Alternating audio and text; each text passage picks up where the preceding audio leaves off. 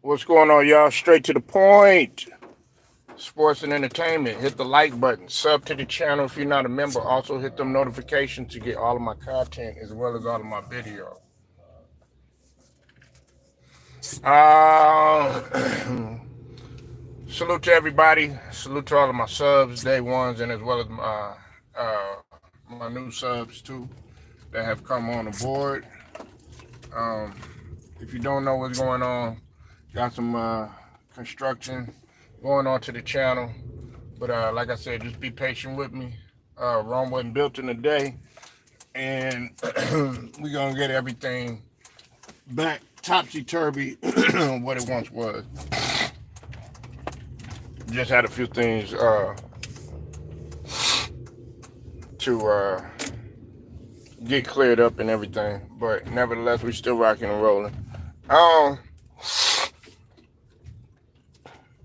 want to talk about DJ Vlad and the situation that's been going on with both Tony Yayo and as well as Marlon Wayans, okay, and everybody else.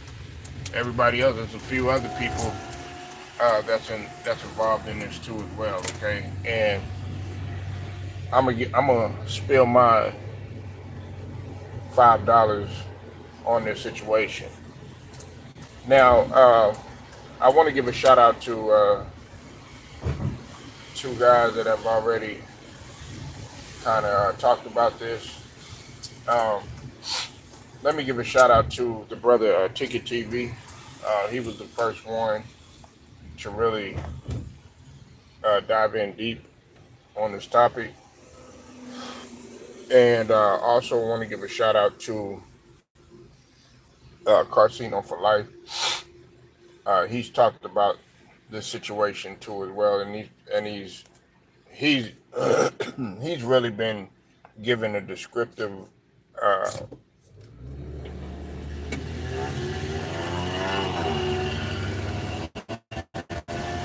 sorry about that, y'all. He's been really shed light on how DJ Vlad is, and going in, diving in deep too, as to what's going on with DJ Vlad and how come he's burning so many bridges. But we knew that this was coming down the pipeline.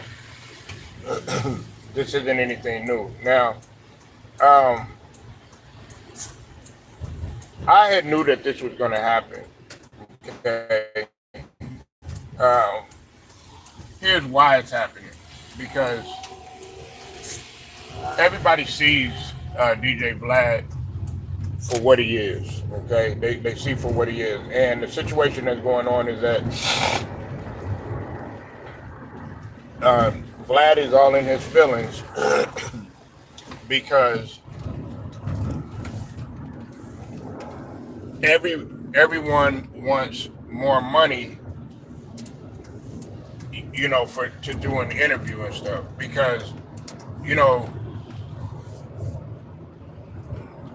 we know that Vlad is trying to pick people's brain and trying to get information out of them, and some of the information that they're getting out, that he's getting out of these guys, it's not information that just anyone would tell, or it's something like, you know, that's easy to put out there like that, because there's some people that are affiliated to, you know, the streets, or affiliated with whatever they, you know, happen to be involved in. There's some people that don't want their business out there like that. And so Vlad is the type to where, you know, he's setting the price and everything, and he wants these guys to sit up there and be like, oh yeah, that's okay and stuff, but for the money that you're offering,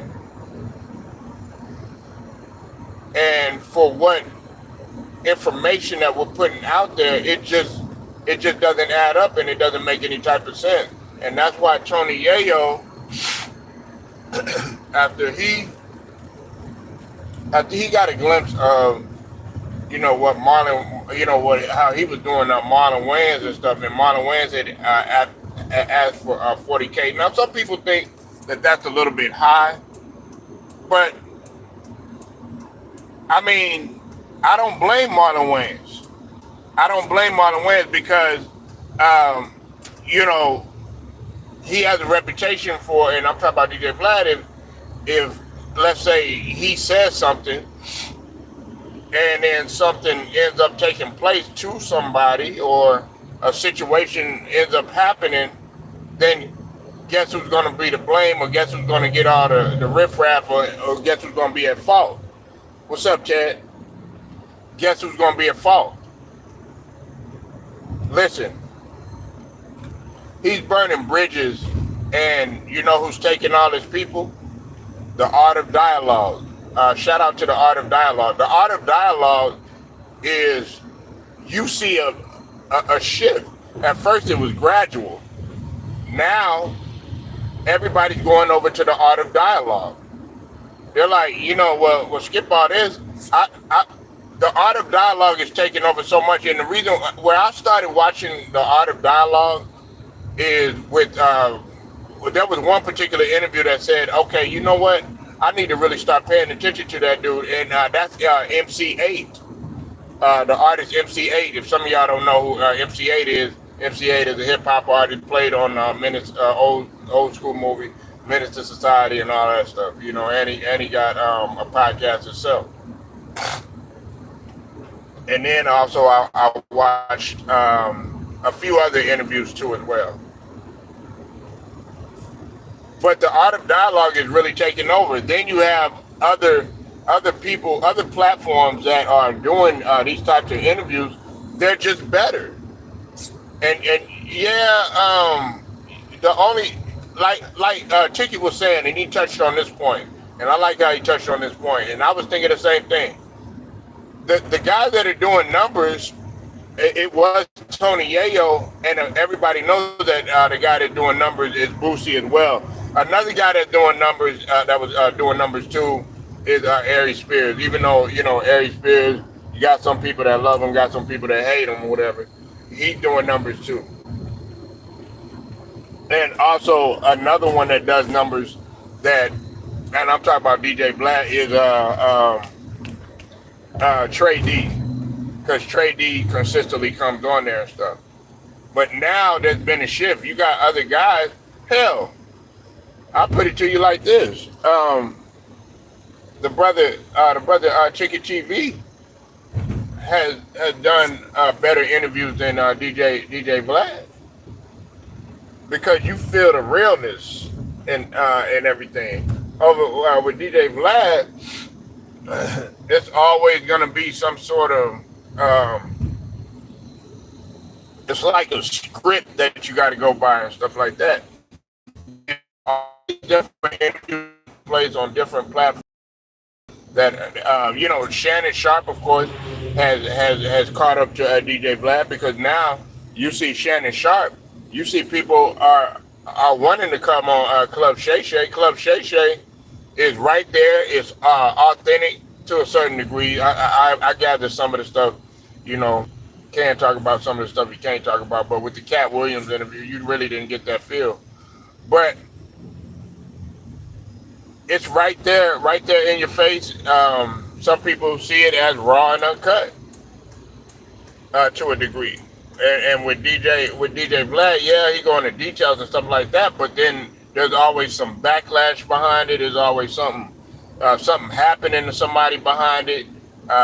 It's always some bitching by DJ Vlad happening to DJ Vlad or something like that, and people are tired of it. And on top of that, they're tired of DJ Vlad being a culture vulture, acting like he knows so much about black culture and all this other stuff. Man, you just interviewing people and trying to pick their brains, and you say, "Oh yeah, I've arrived. I'm a part of y'all and everything." No, it don't work like that. And then, of course, the weakest thing that you've done is sat up there and have done, pocket watching. Hell, why you think Charleston White don't want to go on there? Uh, because Charleston White is the type, he wants his money. He wants his money. If you think Marlon Wayans is charging 40K, what you think Charleston White is going to charge? You know, because, you know, Charleston, let's just be real. Yeah, you know, Charleston White hadn't been in no movies or anything like that. But Charleston White, if you go right now and you say Marlon Wayans and you say Charleston White, I guarantee you more people would be interested in seeing Charleston White than they would Marlon Wayans. And that's a fact because of the motion that he has. DJ Vlad don't really have that much motion anymore. Hey, people want to see an interview like with the Quincy Carter interview with B High. Shout out to B High and ATL, B High and Turk and all them. They want to see interviews like that. Right. They want to see art of dialogue. They want to see, you know, the brother, like, you know, like a Ticket TV, give an interview. They want to see,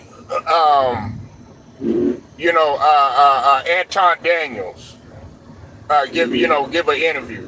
They want to see interviews like that. They want to see Shannon Sharp. No, nobody wants. Everybody's tired of the gimmicks, and everybody's tired of the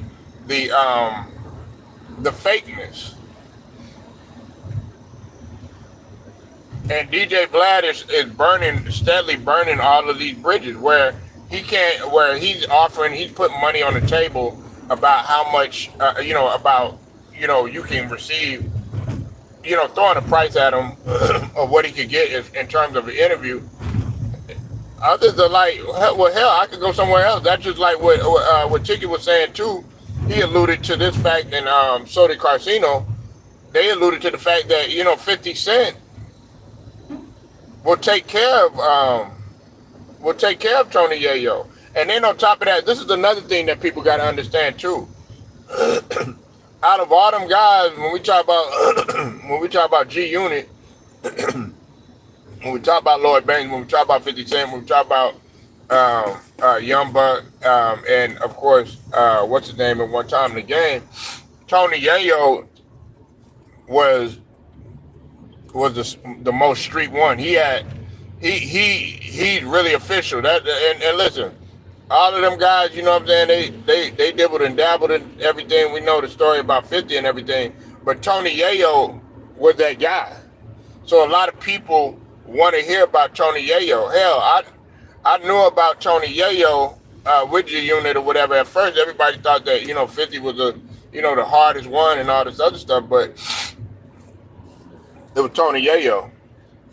He remind me, Tony Yayo remind me of Freaky Zeke from Dipset.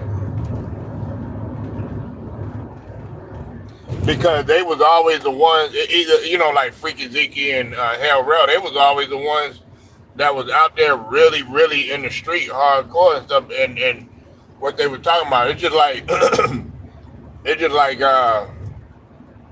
I was looking at a Project Pat interview, and shout out to Project Pat, and Project Pat was like, he was so into the streets and so heavy into the streets. He was like, he didn't really want to rap like that or anything, but he went ahead and did it. It's just, you got guys that are really into the streets like that, and Tony Yayo just happened to be one of them guys. But spinning the block talking about DJ Vlad, man, everybody's tired of it. Everybody's tired of it, man. Don't nobody want to see the same people all the time, and see that's what's separating him from guys like Art of Dialogue. And I use Art of Dialogue because to me, Art of Dialogue has clearly caught up with DJ Vlad. Club Shay Shay, of course, he's blowing DJ Vlad out the water. Yep, and we know that. We've been knowing that. I mean,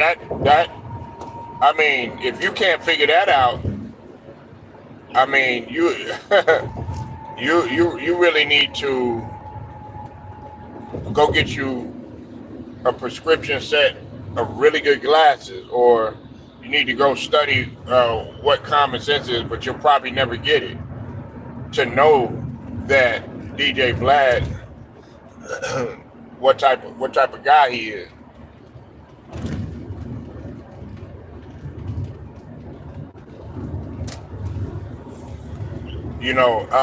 But the guys that do numbers, the guys that do numbers are like are like Boosie and Trey D, and those are the only guys. There probably been some others. I know John Sally was going there on there for a little bit, but I mean, even John Sally was probably like, well, man, I'm telling you a lot of information. I'm giving you a lot of information, and you hardly giving me any money.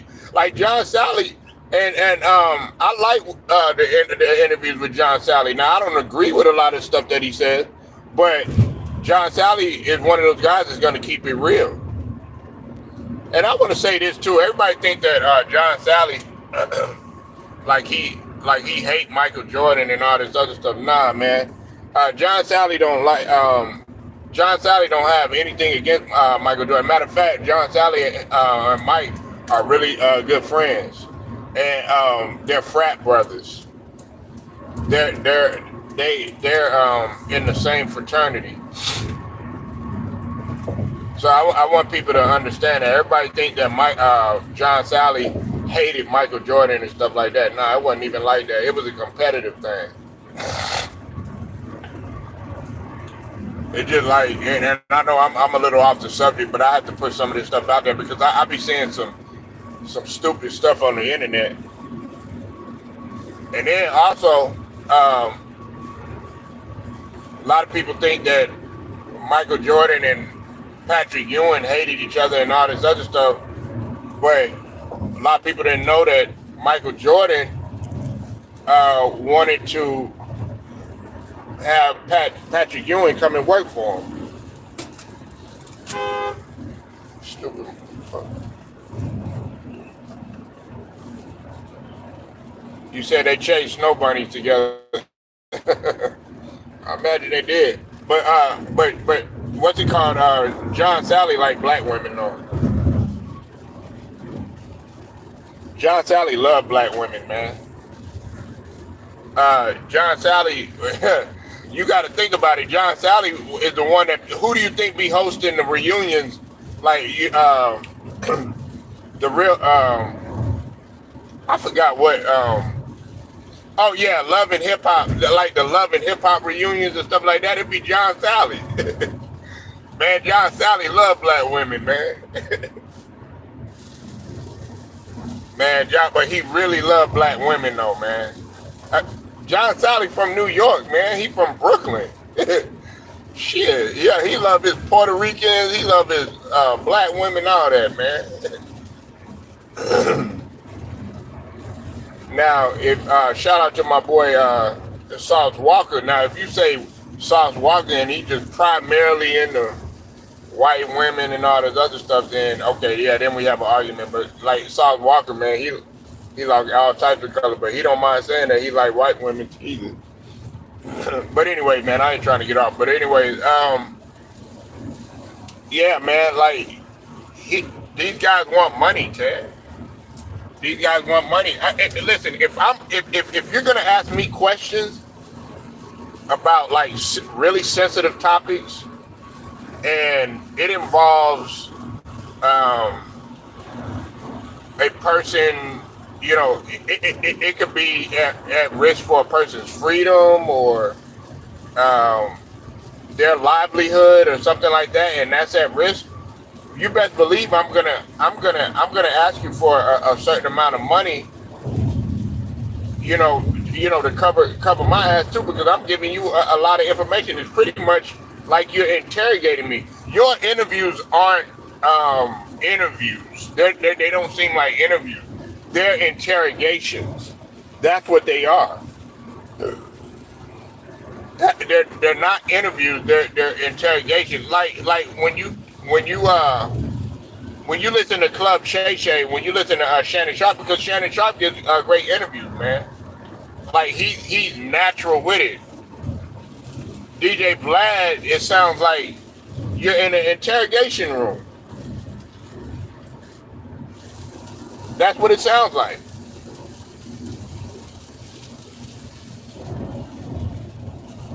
And I had an opportunity to watch Town Biz's his interviews. I've seen his interview. He does a better job than Vlad. He lets the guys talk. You know, he's not sitting there cutting people off. Another real life street stars. Real life street stars are starting to take off. After real life street stars, Dallas, Texas, holding it down.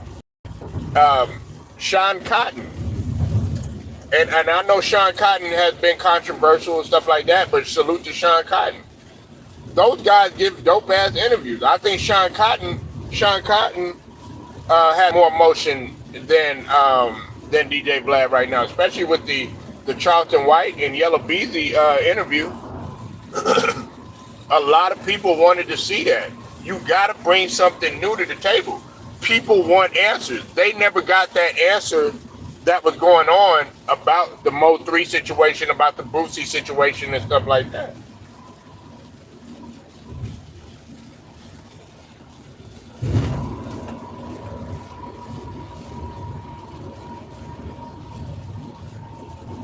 Yeah, he bullied the guest. Now he's not. I'm gonna tell you the people he's not gonna bully. He's not gonna bully Ari Spears. You know, hey, a lot of people don't like Ari Spears, but he didn't bully Ari Spears. He's not gonna bully Trey D. He's not gonna bully Trey D.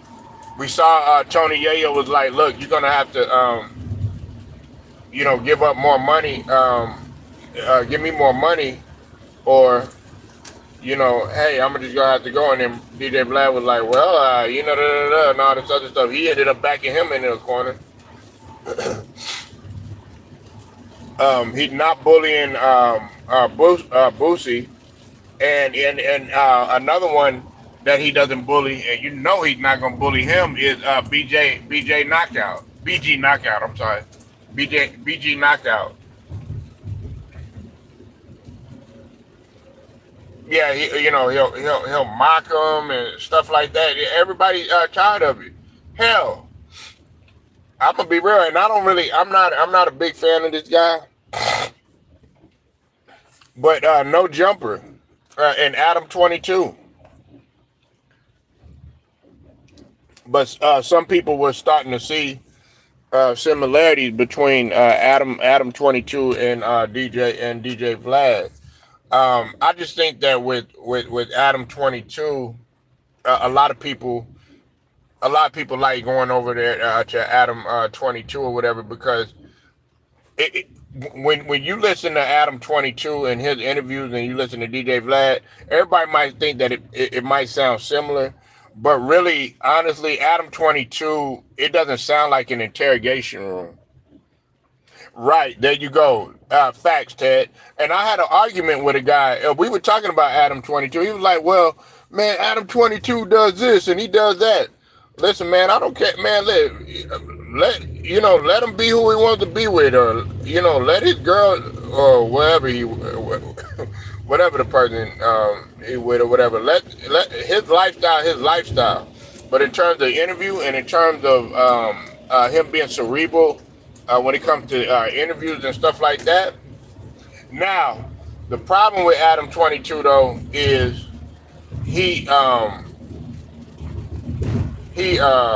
Barney fights himself a lot, especially with that situation um, that went on with like Crip Mac and that whole situation right there. Now that right there, that was a situation in which Adam 22 could have kind of put a damper on stuff like that. That's the only problem I have with Adam 22, is that he's letting guys in there.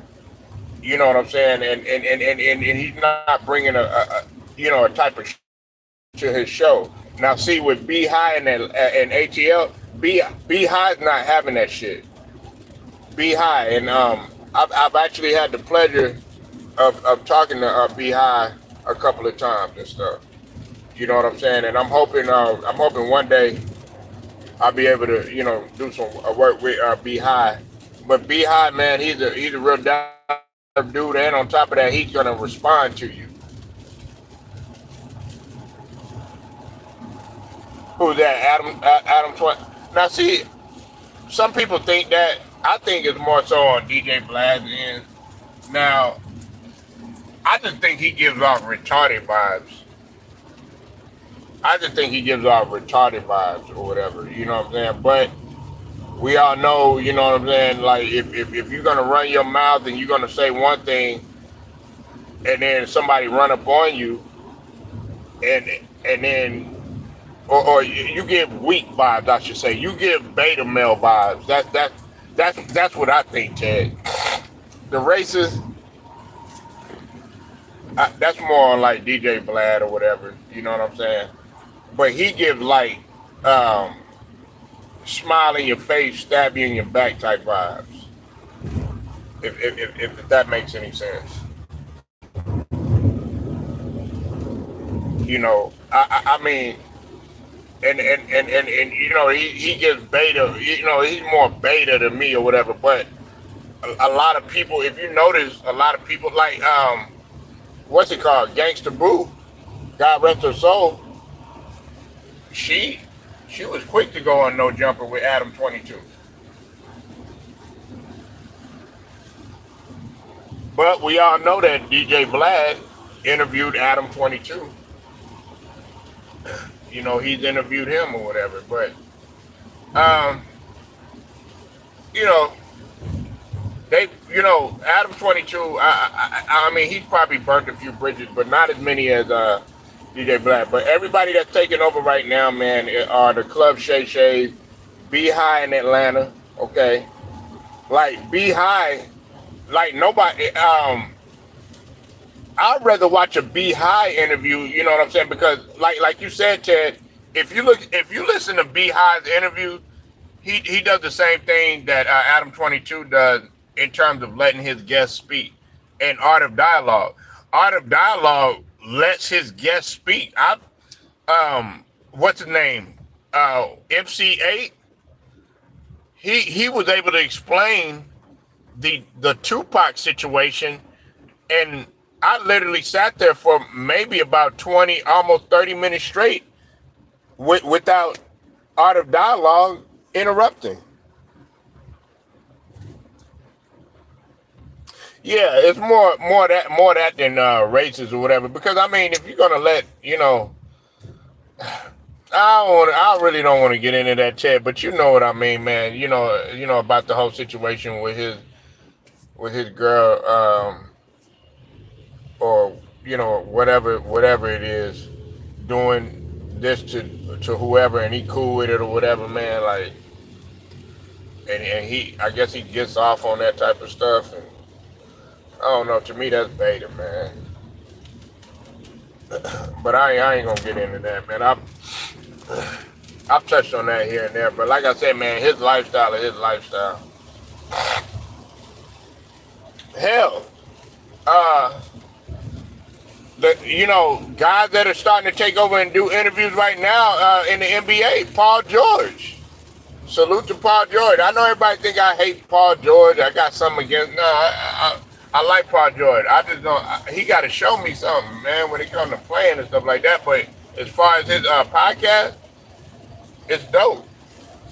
Hell, I know, like even when Gilbert Arenas, shout out to Gilbert Arenas, even though, he been capping on a lot of the stuff that he says, I still got respect for Gil. I just don't agree with some of the stuff he be saying. But even when we talk about Gil's Arenas, that's better than Vlad. But we know that Gilbert Arenas has been on DJ Vlad. But they have caught up. They've caught up to him. They've caught up to him. Hell, Broly Gaines. Shout out to Broly Gaines. Shout out to Scott Burn. All my fitness gurus. Um, Broly Gaines and Scott Bernard and um, even Melanie.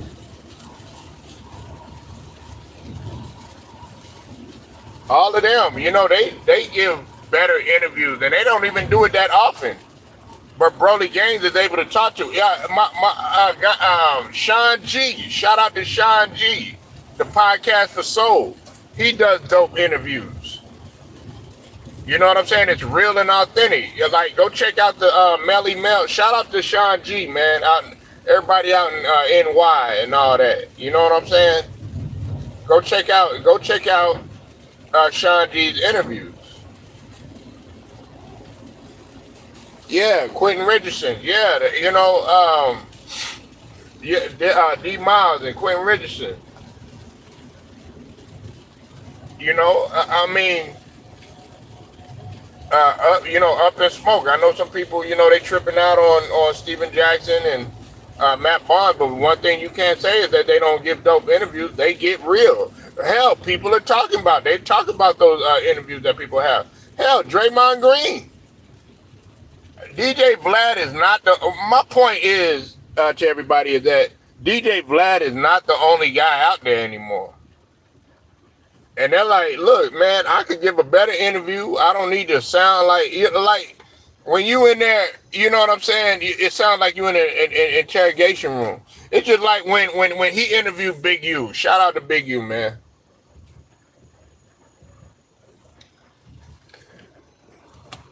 Big U probably charged him a lot of money to sit down and have that interview. You know what I'm saying? Because all of that information, him and Melvin Farmer. Have you seen Big U on there anymore? No. Have you seen Melvin Farmer on there anymore? No. Because, those guys out there, they're giving you information, about what's going on the West Coast, situation that happened with Nipsey and all this other stuff. It's like, why am I giving you this information? And the other one, you know what I'm saying? We all know with the whole situation with Tupac, with the Keefe D, we all know about that situation.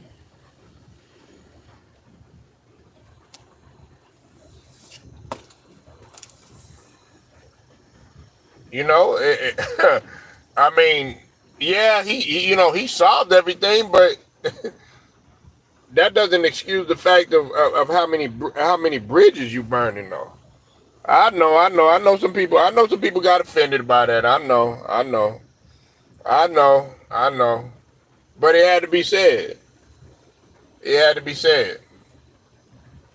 It's like, when you mention Keefe D, or you mention Suge Knight, or you mention Big U, or you mention some of these guys, everybody get a bad taste in their mouth. Man, y'all wasn't with them 24/7, 365. So we don't truly know. Everybody always trying to solve murder. Everybody always get a bad taste in the mouth when they mention a guy like Gene Deal or something like that. You know what I'm saying? Nah, man, y'all...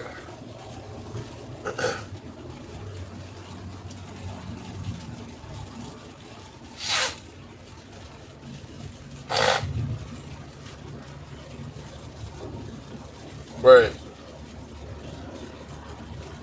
yeah, man, I knew DJ Vlad was gonna, eventually burn his bridges. A lot of people don't want to.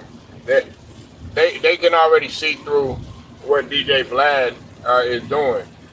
I've been saying it. I've talked about DJ Vlad. A lot of people they saw it from afar because they're like, wait a minute, man, this guy right here, he's not in there to give good interviews or anything like that, man. He's here to try to interrogate people and use it for his benefit.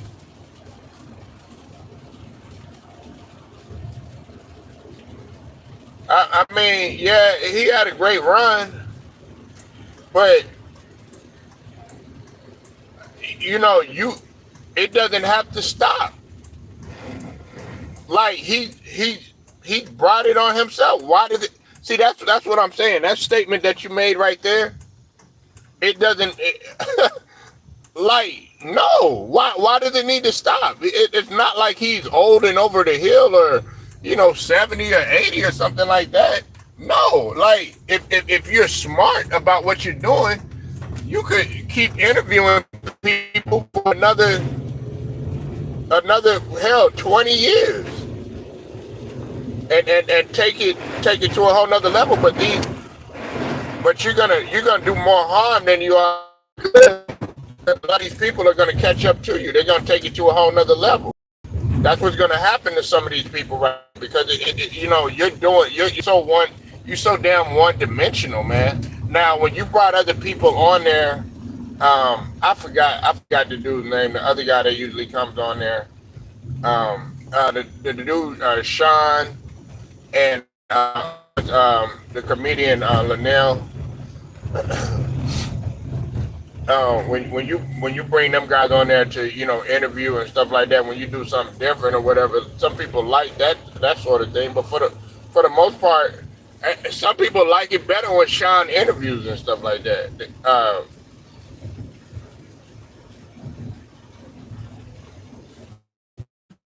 Because sometimes you need a different voice to ask questions. They might not ask it in the way that you ask it. They might not give their thoughts and opinions on how you do it. They might not cut people off like how you do stuff.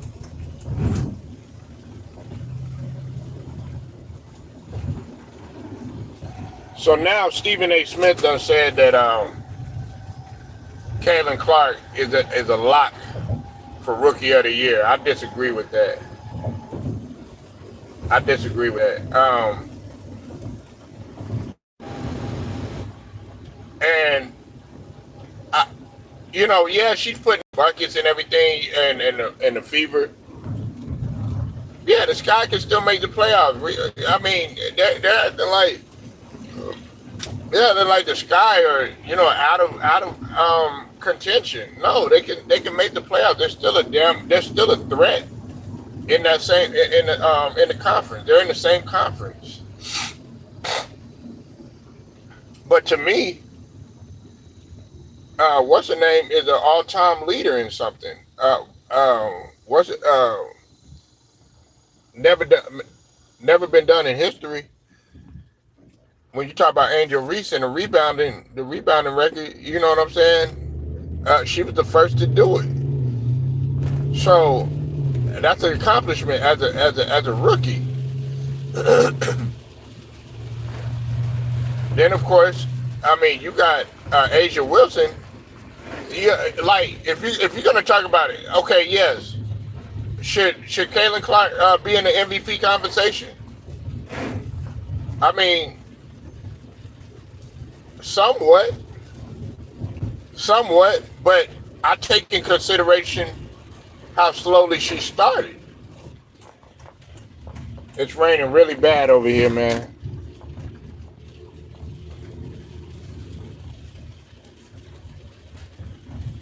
But I think that she's a lot for because defense and rebounds wins championships. Okay, she struggles with her layup. So what? What's her name? Struggled with her turnovers. Caitlin Clark. She was struggling with her ball handling. She was struggling with taking inefficient shots. Let's not act like Caitlin Clark wasn't struggling either.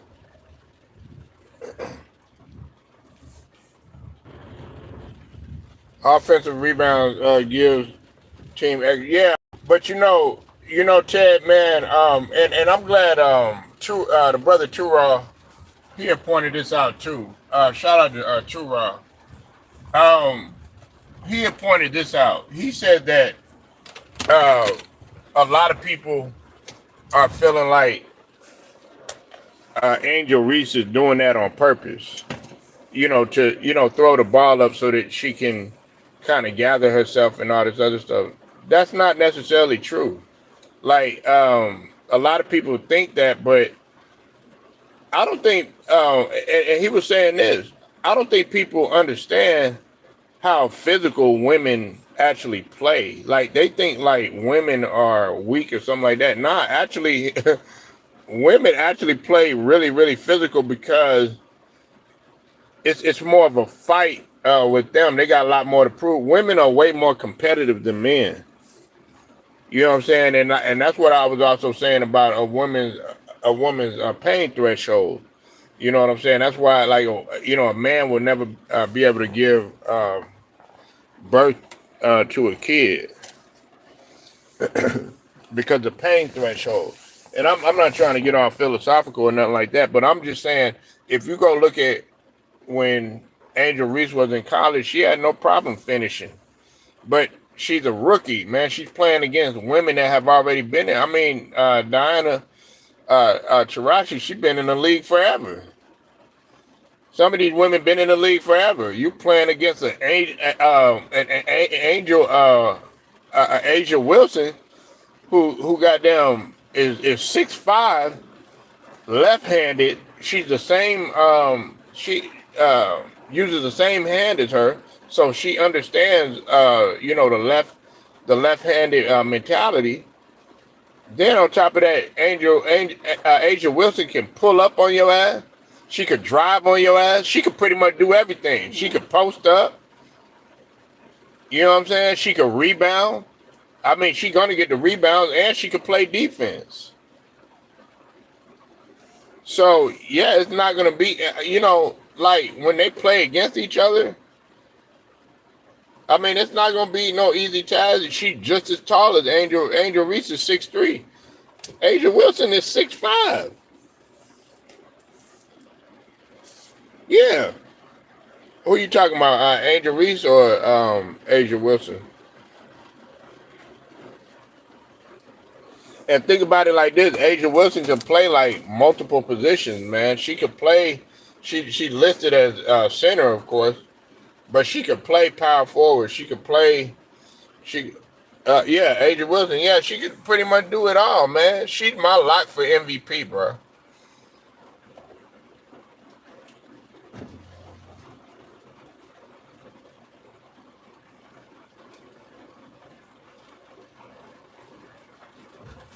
Yeah, she's my lock. She's my lock for MVP. It's more than just Kaylin Clark. You know what I'm saying? And then Oliver Wiggy, I can't really pronounce her name. She had 9 trades. Yeah, they acting like Kaylin Clark is the only one that can shoot. No. Listen, congratulations to Kaylin Clark. She doing her thing. You know what I'm saying? She had a historic run, and I reported it. You know what I'm saying? She is the leader all time in Indiana Fever and stuff. But I don't think she's an MVP. Kelsey Mitchell. Yeah, Kelsey Mitchell. Yeah, she can shoot too. But she's not. What's it called? I don't think she should be in the MVP conversation. All this now you getting out of hand, talking all this stuff, saying that, oh yeah, Kaylin Clark should have been on the dream team and all this other stuff. You damn Stephen A. Smith and Shannon Sharp damn near having a heart attack, saying that, oh, see, I told you, trying to tell Molly. I like how Molly stood on business. I agree with Molly. For once, I actually agree with Molly. When Molly ain't on her feminist bullshit and cutting people off, Molly actually can cook Stephen A. and cook Shannon Sharp. But I like how Molly stood on business. It's like, no, others got to have in. You can't. If you put a rookie like, okay, with Christian Laettner, you actually think that Christian Laettner was gonna get burned with Michael Jordan and all them, with the USA team? No.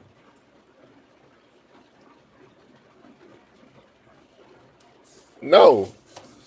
I mean, Christian Laettner wasn't as good as Grant Hill. Christian Laettner wasn't as good as Chris Webber. Christian Laettner wasn't as good as in my opinion, a Jalen Rose. He definitely wasn't as good as Penny Hardaway. And those guys, the college guys, was the one that came through and gave the USA Dream Team work, made them look like old ass men. So okay, yeah, you got to be that good. Chris Webber came in, was a superstar. Penny Hardaway came in, was a superstar. Grant Hill came in, was a superstar. Christian Laettner wasn't none of that. Yeah, Glenn Robinson.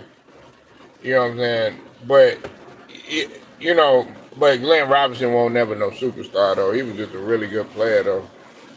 But I'm talking about that guy that actually came in and made immediate impact. Chris Webber came in, Ted, and was behind the back dunking on Charles Barkley, making Charles Barkley fall and shit. You know what I'm saying? Y'all forget about that. Penny Hardaway was coming through doing pretty much every goddamn thing, dishing off, you know what I'm saying, making unbelievable passes, coming through, blowing by Jordan. Listen, all y'all Jordan fanatics, I'm a fan too. You know what I'm saying? I love Jordan. But let's just be objective. When Penny said he cooked Jordan, yes, that was true. Penny was cooking Jordan. He used to blow past Jordan. I mean, yeah, Jordan would do the same thing, but a young Penny Hardaway would post Mike up. He could get to the rack. Now all that crossover stuff, it was just a simple crossover back then. Or he'll hit him with that bop and then go, that Tim Hardaway crossover. It wasn't, no AI crossover and all that. But then you saw when AI got in there, it was the AI crossover, it was that bop all in one. What's up with it, Stephen Graham? See you in the building. You said Tony Yayo wants Vlad to put out more money for Tony interviews. Yeah, we already talked about that, Stephen Graham. Yeah, we talking about something else now. Yeah, you're a little late right now, man. But yeah, we talking about NBA right now. Open sports talk.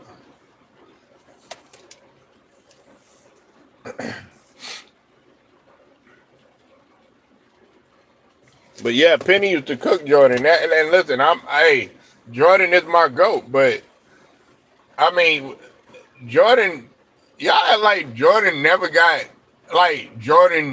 got crossed up, or Jordan never got blown past by, or Jordan couldn't be contained to a certain extent. That's not the truth, man. And that's one of the reasons why I appreciate Michael Jordan, is because,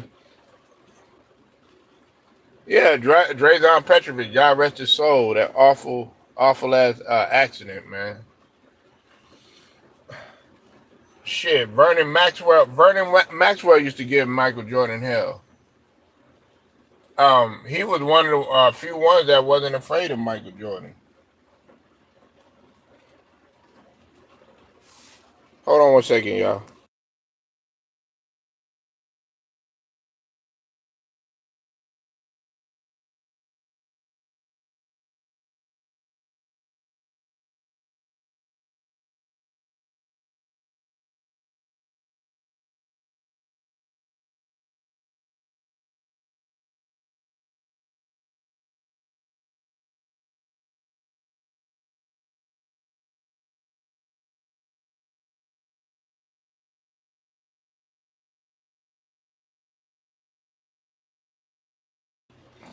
You said Ron Harper before the injury. Man, Ron Harper, man, he got cooked by Jordan. He had a few moves on Jordan here and there, but he probably would cook Jordan like I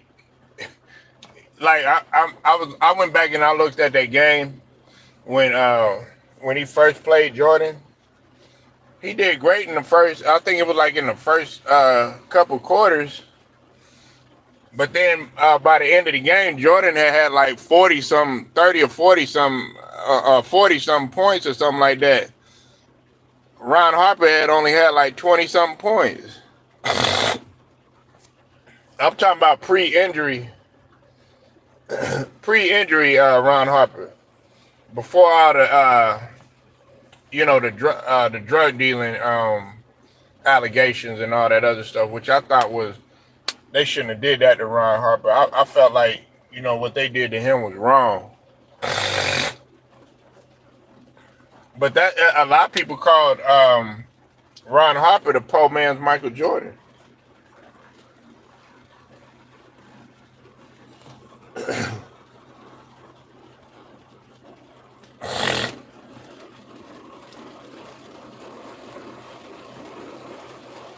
Yeah, if y'all can't hear it, man, it's raining real bad, man. It's raining real bad. Some of y'all ain't even got to be in it, man. This right here, man. This, if you got a lady in the house, it's a perfect opportunity for you to be up under the covers getting it in. You should be getting it in. You shouldn't even want to come out your room. Only thing you should do is just get your kids ready. Do whatever you got to do or whatever, you know what I'm saying? Or if you got kids or whatever, or make y'all a little breakfast or whatever, go get y'all coffee or whatever. If y'all ain't got no kids or something like that, you gotta, some in-house punani. Shit, other than that, you should be in your room. Sleep, you know what I'm saying? Wake up, get it in again, fall asleep.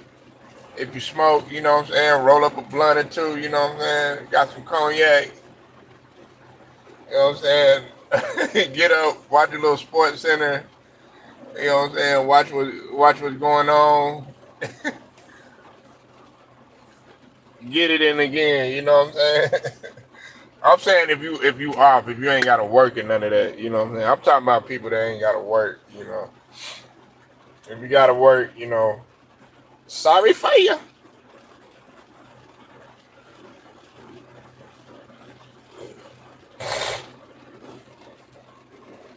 I knew this stripper. No, I never got it in with her or nothing like that. But it's because I used to actually work there. But man, I would be so jealous, man, because I was having to work. I was having to work and on top of that go to school and on top of that, you know what I'm saying, had to, be basketball practice and everything, man. Man, she would never. It was like she had her own spot. Never had to go to work. She would wake up, you know what I'm saying, anytime she wanted to. I was like, man, I'll be jealous of the motherfucker. I was like, man, you get to do whatever you want to.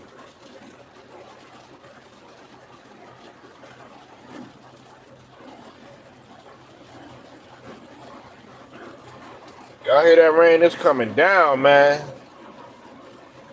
It's coming down. But nah, man, hey, I appreciate y'all pulling up, man. Appreciate everybody pulling up.